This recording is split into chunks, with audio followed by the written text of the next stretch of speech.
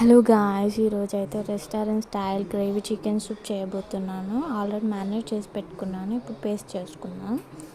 దానికి కావాల్సినవి ఎల్లిపాయలు, కరివేపాకు, టొమాటో ముక్కలు, క్వాంటిటీ బట్టి చూసుకోండి పేస్ట్ని, పుదీనా, ఉల్లికాడలు వేసుకోండి,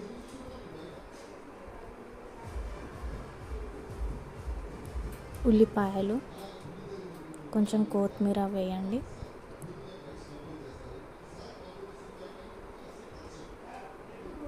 ఉప్పు కూడా వేసుకోవచ్చు, బట్ నేను వేయట్లేదు. ఆల్రెడీ మ్యారినేట్లో వేసాను కాబట్టి ఓన్లీ ధనియా పౌడర్, కారం వేస్తున్నాను.